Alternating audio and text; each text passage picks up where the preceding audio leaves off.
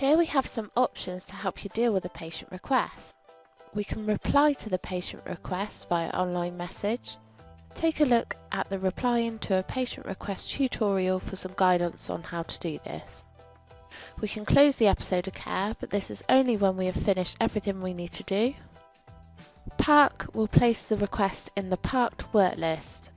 This is usually because we're waiting for something internal to happen before we can proceed.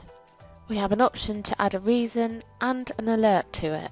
This is one of the many places we can add an alert to a patient request. Setting an alert will flag the request back up to us after the time has been exceeded. Wait is similar to park but is usually for an external purpose, such as waiting for a patient response or patient information.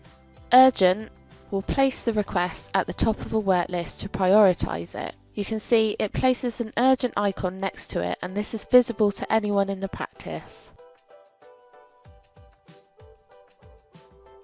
Book video appointment gives us the option to book the patient for a video appointment with a clinician. Take a look at the booking video appointment tutorial for more information on this. Adding a note can be used to add a note to the patient's episode of care.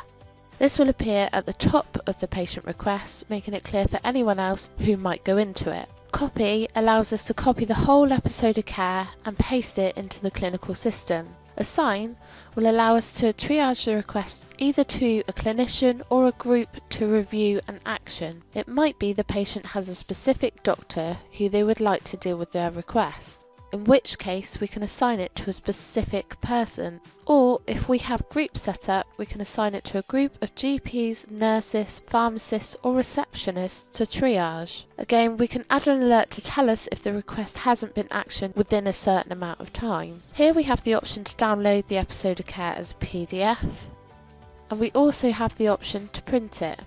You can select the clinical system button to send the whole episode of care directly to the clinical system.